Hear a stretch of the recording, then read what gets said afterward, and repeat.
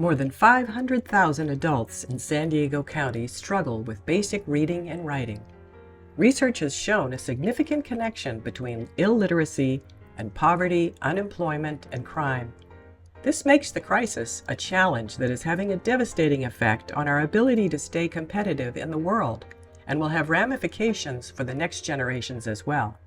Yet we have a strong coalition of programs here in San Diego to address the issues facing us. Today, I'm delighted to have as my guest Juan Cruz, CEO of the San Diego Council on Literacy, to tell us about the 27 programs our city offers.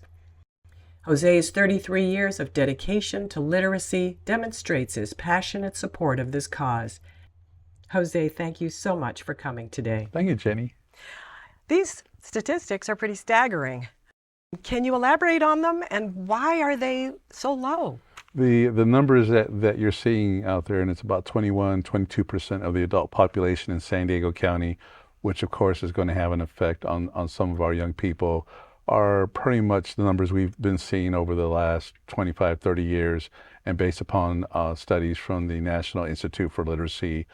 Part of, I think, what we're looking at are resource issues that affect low-income families and low-income communities. Our most literate community in San Diego County is La Jolla. You know, what a big surprise, right? Versus San Isidro and what we call the Southeast communities, Barrio Logan, etc. So those tend to be at the lowest. And then our least literate cities, if you went by adult literacy only, are in the South Bay, National City, Chula Vista, and Imperial Beach, versus our most literate, no surprise, Del Mar and Encinitas. So these tend to be resource issues, access to opportunities and resources that we see in certain communities and in certain schools, but not in all communities, not in all schools. And then you have the impact on the family and just what we see as cycles of illiteracy and even poverty. Yeah, that cycle of illiteracy is an important one, because you have a lot of people that are, 30 years of information means a lot of new people come in. It's not that the same people are having the same statistic. New people come in that can't read, I would assume. Well, you have what you see within families, so moms and dads who don't read well or don't have books to read to their children. That has an impact on what's taking place at home in the most important years of a child's life, those 0 to 3 years. So now you have children who are coming into school behind in reading and behind in being exposed to words, the printed word, or just words that they would hear people say, that your more affluent children are going to hear 30,000 more words than children who come from low-income communities. Wow. And of course, you have your second language populations. That's going to have an effect on the numbers too. Wow. So the San Diego Council Literacy was formed to try to take care of this problem or help the issue? But the main objective of forming the Council on Literacy was to produce a county-wide effort for literacy, so that we didn't have literacy organizations working independently of each other when they could work cooperatively, help each other out, and also create some visibility for this cause. And that's even today, since 1986 to today, one of our challenges is still to raise awareness about the extent of illiteracy in San Diego County and what the solutions are. That there are plenty of programs out there that are providing no-cost literacy services for adults and young people. And so when people know more about those, they're more likely to use those services. So you have 27 cooperating or people that meet every once in a while, like every year? Or Actually, they meet every other month. So it's 27 youth, adult, and family literacy programs that annually serve over 179,000 residents of all ages and at no cost.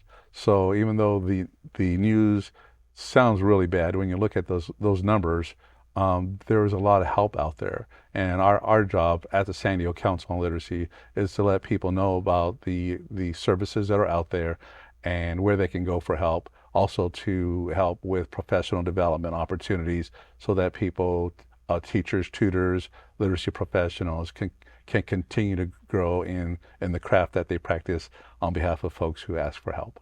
So if someone's watching today and they feel that they know someone or they themselves are not up to par in their literacy or reading, can what do they do? What do they go? Who do they call? Well, and that's, with 27 programs out there, it's a little bit confusing. So we do the information and referral, literacy referrals for San Diego County, and the literacy programs also help out with those referrals. So in case they hear from somebody who may not be in their service area, they can do a referral or contact the San Diego Council on Literacy. Our website is literacysandiego.org, and our phone number is 888-850-7323, and we'll get folks who need help, who want help, to the right program, and also people who would like to volunteer. We have about 4,500 volunteers out there who are providing instruction and doing a great job of it. And there are people out there who are probably looking for a fun and rewarding volunteer opportunity. They can contact us at that same information. We provide them with training, tutor training, and materials, and of course a lot of guidance from some of the best literacy professionals in the country.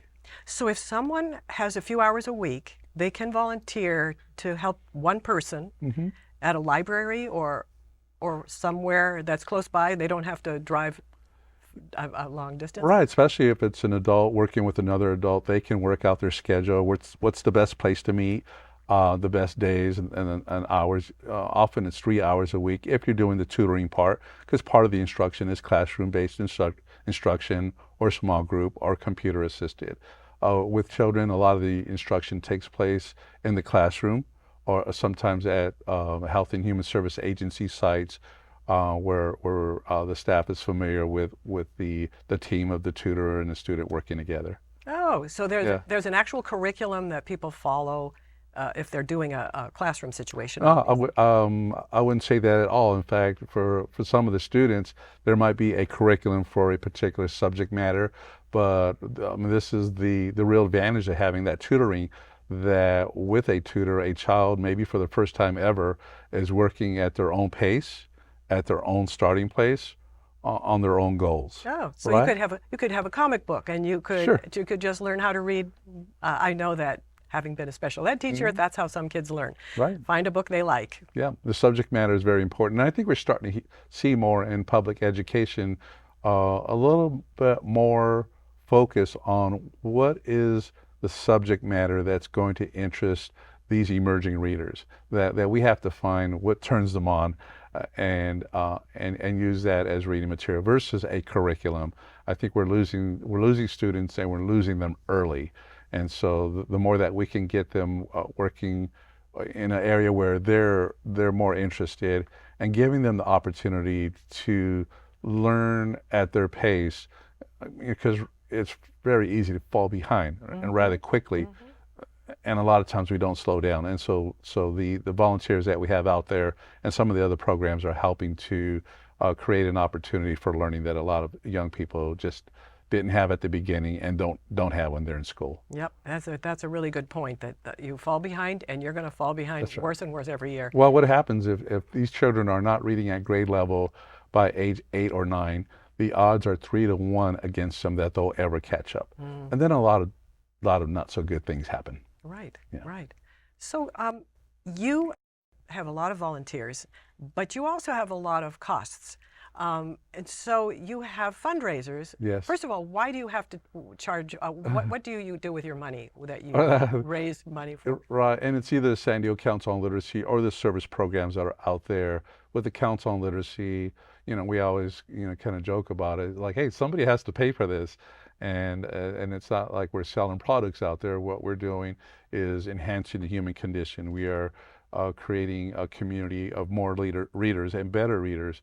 But certain things have to be funded, and we work every year, like a lot of nonprofit organizations do, to generate the funding to do the work that we do, so that we can raise awareness, so that we can reset the literacy figures that we've talked a little bit about, so that we can play an advocacy role, so programs continue to get funding that they need to operate, materials, equipment, supplies, or just some backpacks for children. These are all things that Council on Literacy and some of the programs are involved in, so that children come to school knowing that people care about them being equipped to learn, that they may be behind, but here we are behind them, and the programs are behind them, and hopefully their parents and everyone else are investing in them so that, and I think they feel that when these things come to them, so that at least they have the confidence that, there is this expectation, and I think we need to have that too for all children, so that as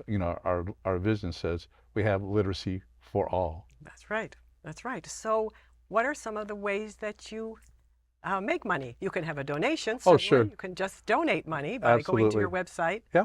And Yeah. Our signature event is Eat, Drink, Read. It's a culinary event for literacy. eat, drink, read. That sounds like a good It's combination. it's a lot of fun. All of that is, and it's San Diego's best chefs creating dishes inspired by their favorite books. So the chefs love this event because they get to be creative, and they get to talk about their interest in reading and writing their favorite books. Like, what is an example? Oh golly, you have some that are just they're regulars: green eggs and ham, Oh, yeah. cloudy with a chance of meatballs, Yeah.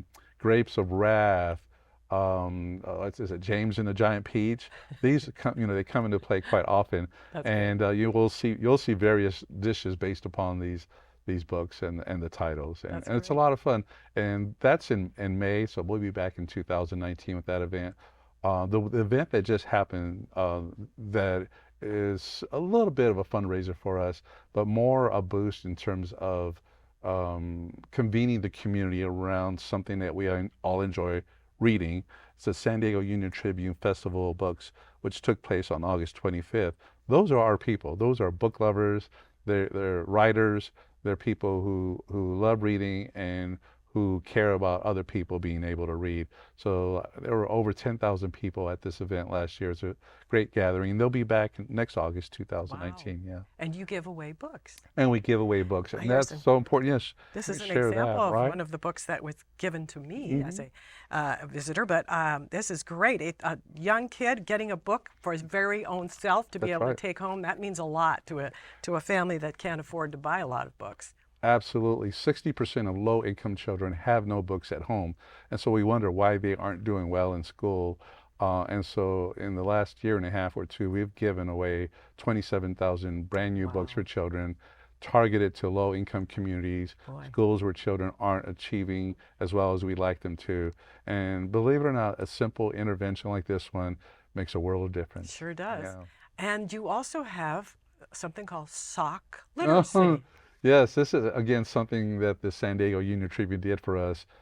There's a company that is called Sock Problems, and in this case, they focused on literacy, sock illiteracy, and another fundraiser for us so they can have these beautiful socks, Which I loud happen to socks, have right?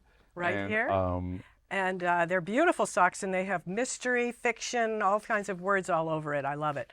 And they're very comfortable. So if somebody wanted a pair of these, they could just go to sock literacy, yes, go to Sock sock Problems, problems. yeah, and you'll find sock illiteracy, and a percentage of the funds or the funds generated from the sock sales come back to the San Diego Council on Literacy. Excellent, excellent. And so I didn't get a chance to ask you some of the programs out there. What are some of the groups, organizations that you support? I can tell you that 7 of our literacy programs are library-based. So think of the library systems in San Diego County, San Diego Public Library, Carlsbad, Oceanside, Escondido, Chula Vista, and National City. I hope I didn't miss any. Wow. And then you have a few adult basic education institutions, San Diego Continuing Education, and there's programs like Words Alive, Traveling Stories. You've probably heard of some of these programs out there that are helping to solve the problem with some targeted age group. Wow, that's great. Well, you know, this obviously is going to bring about a change in quality of life for all these people. And you have a video that I'd like to show our viewers because it is very heartwarming, some of the work that you've done. So I'd like to show that now. But I want to thank you so much for coming today and sharing this information with us. Thank you, It's been Jenny. lovely. Let's watch.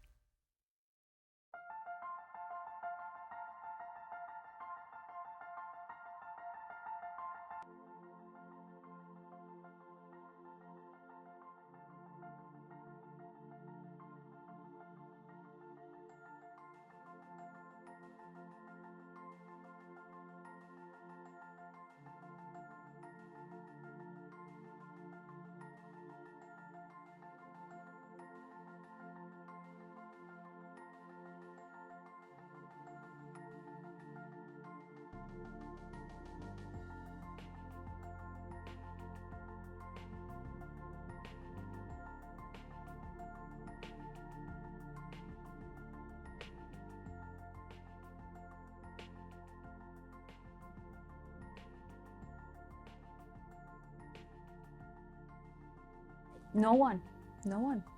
Not my mom, not my dad. They were always working. It really wasn't a strong part of my growing up.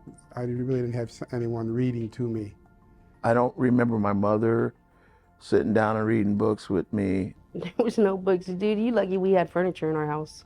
I grew up in a house with a mother that was a teenager, and my mom was 19 years old, and she had 3 kids, and she was a baby herself.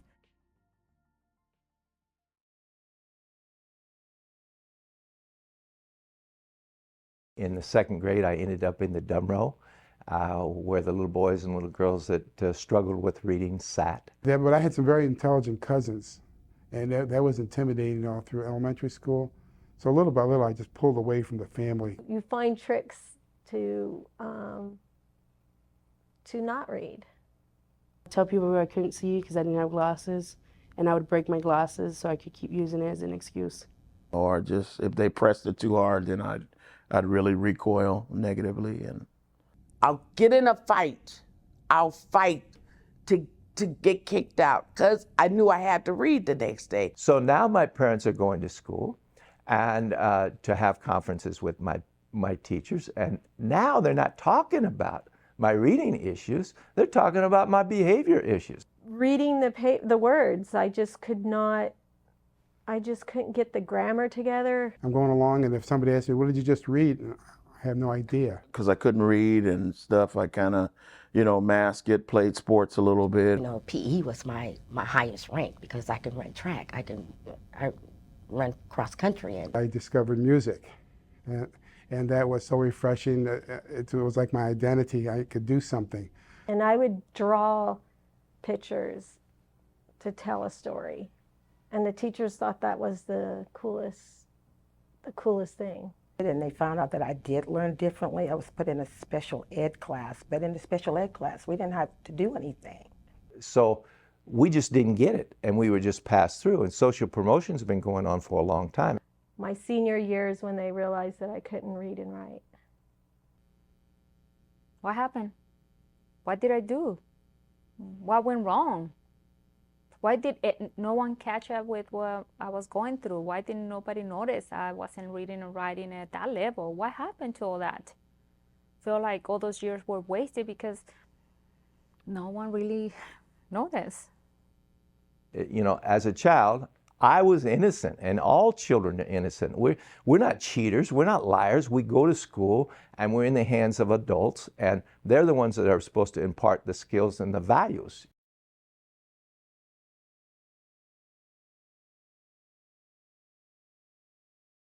It was really hard. Like I said, I didn't want anyone to know about it. I just wanted to be my own secret. So I just pretended that I knew how to read. What's that sign? Well, I remember seeing that. Look back in my mind. Stop. If I wanted to get me a job, or I just wanted to go out and do something, I couldn't do it. I couldn't do it unless somebody come with me and help me do it. Kind of looked for jobs where I didn't have to read a lot. A lot of customer service where I'm talking on the phone or in person. From then on, it was just working as a housekeeper. That was easy. I didn't really have to read. You can't read. You're really an outsider, and it's a subculture that you belong to, and you only have one language, and it's an oral language, and the oral languages are limited. It was like this. My world was like this. It was like a box. And I was in the box, and my face was up against the box, and all I could do is look at life pass me by.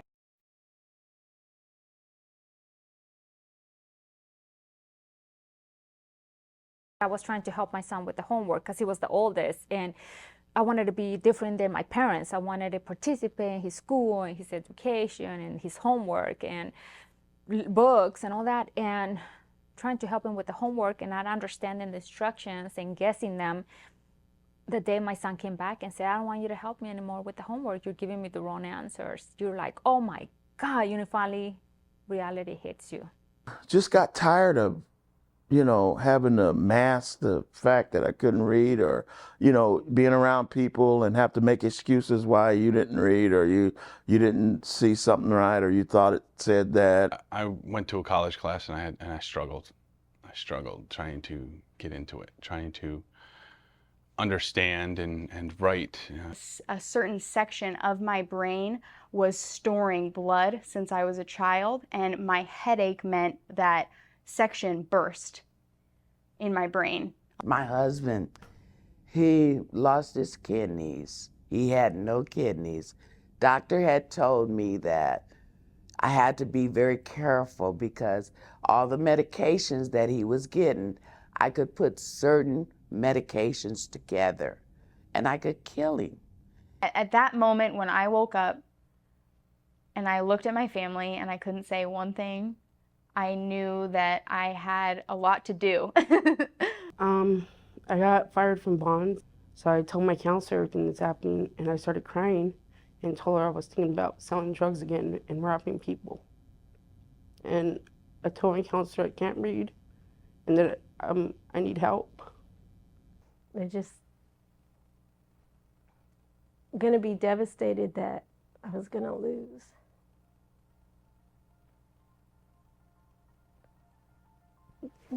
Because I couldn't read, I was gonna lose everything.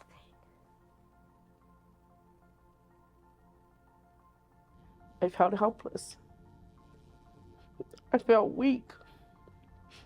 I felt like I wasn't good enough. So I just went in, I just asked. I couldn't go on like that no more. I had LaDonna, I couldn't really help her that much because I couldn't read. Then I had April, my little 7-year-old.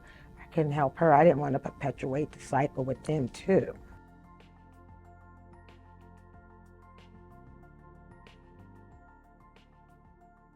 The drama of me telling, my wife is the only person that knows that I can't read.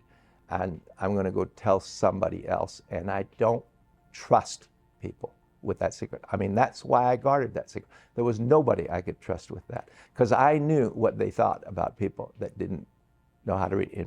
Blocked in my child's mind, they knew that I was dumb. And I went there, took an assessment on math, reading, writing. And then they came back and said, well, your assessment says that you're in a level, third level. I was in shock. I was like, I survived all these years with a third grade level of reading and writing. When I told my family I couldn't read, they almost passed out. They could not believe it because it's not something you share with people. You just don't. They told me they had a volunteer tutor, someone who was going to volunteer their time twice a week for an hour and a half to teach me to read and write. And she asks me if it's okay if she sticks me in a special class. And I tell her, yeah. So she does. And at first, I felt like I wasn't like those kids in that class or those adults. But when I figured I should just give them a chance and not judge them like people judge me, it turns out that we actually have a lot of things in common. Oh, when I came from my first class, I felt like I was kindergarten. It was a reading class, and we were learning with phonics. It was like finding a rainbow. And I knew that I was on my way to get help. First of all, I went through a lot of frustration, angry. I felt a lot of times quitting. We were supposed to learn when we were from 5 to 18. We missed that.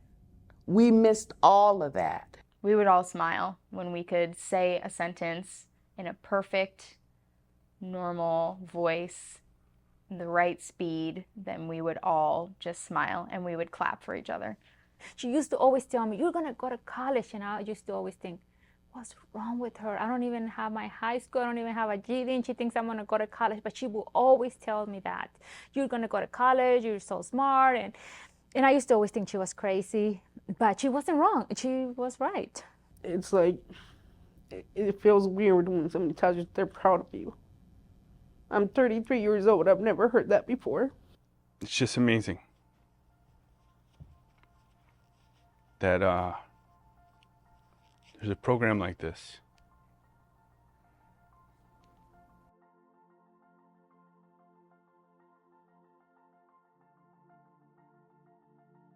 When I learned to read, I said, whoa, my stress is going away. You know, this is really a pretty good life. I'm able to pick up a magazine, pick up a book, go on the internet and research stuff if I wanted to, read my emails. I'm not sure.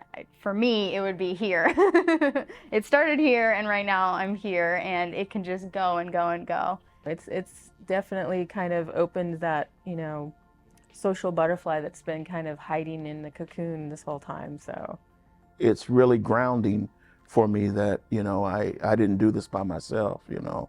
It was a lot of people that put in a lot of work to kind of help me get where I'm at today, and I'm just blessed. It opened this world. It made me stronger, it made me better. And like I was saying, you can tell now the difference between you and someone who's like you hiding it.